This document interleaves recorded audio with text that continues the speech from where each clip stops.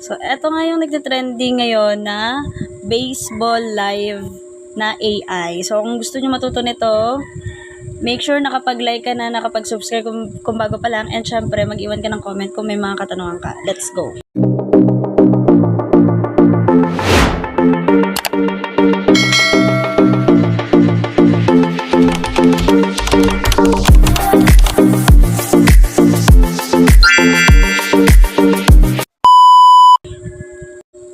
So, sa una nito, kailangan meron ka ng picture. Kung hindi pa kayo marunong gumawa ng picture using Gemini or ChatGPT, check nyo na lang yung isang link dyan kasi nandiyan yung tutorial kung paano maggawa ng picture. So, dito na tayo sa pang video.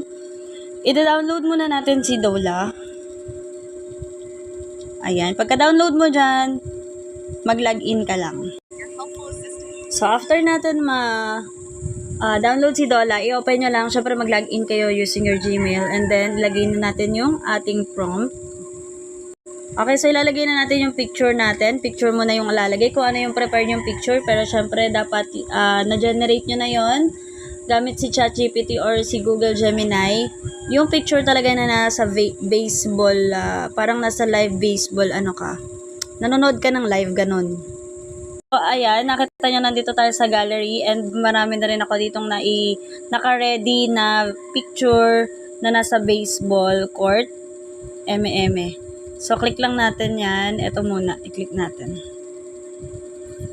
Ayan. So, after nyan, nilalagay natin dito sa may message yung prompt. Kung wala pa kayong prompt, i-click nyo lang yung nandiyan sa baba, andyan yung prompt natin. So, pagkalagay natin yan, i-click to.